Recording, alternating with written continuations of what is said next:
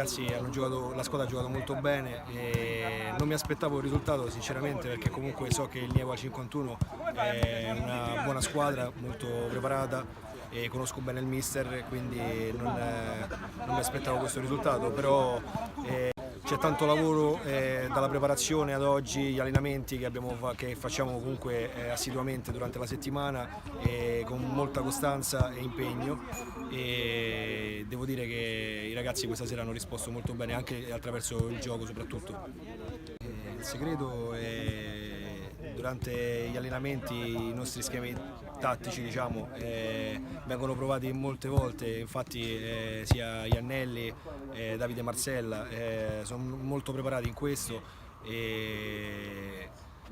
lo fanno molto bene, ma anche Francesco Lacialamella, Andrea Tomeo, siamo un'ottima squadra, diciamo nel reparto offensivo abbiamo ampia scelta. Il nostro obiettivo è quello di fare sempre bene ogni settimana.